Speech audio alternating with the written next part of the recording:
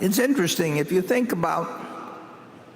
We'll take it to a broader point, but if you think of a 30-year government bond paying 3%, and you allow for, as an individual, paying some taxes on the 3% you'll receive, and you'll have the Federal Reserve Board saying that their objective is to have 2% inflation, you'll really see that delayed gratification, if you own a long government bond, is that you get to go to Disneyland and ride the same number of rides 30 years from now that you would if you did it now. The low interest rates for people who invest in fixed dollar investments really mean that you really aren't going to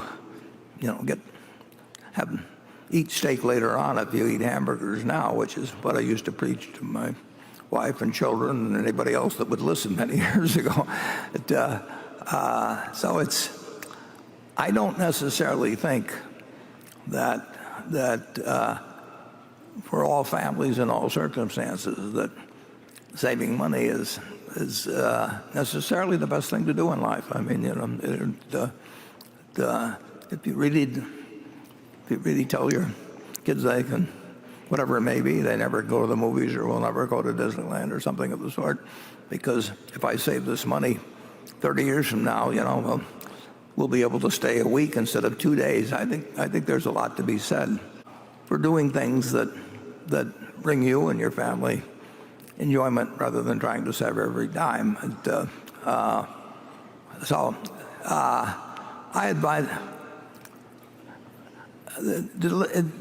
delayed gratification is not necessarily an unqualified course of action under all circumstances.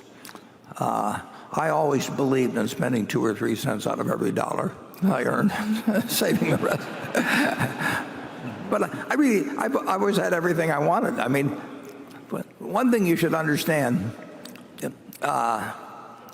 if you aren't happy having $50,000 or $100,000, you're not going to be happy if you have 50 million or 100 million. I mean, a certain amount of money does make you feel, and those feel around you feel better, just in terms of being more secure in some cases. But loads and loads of money. I've probably known as many rich people as just about anybody, and I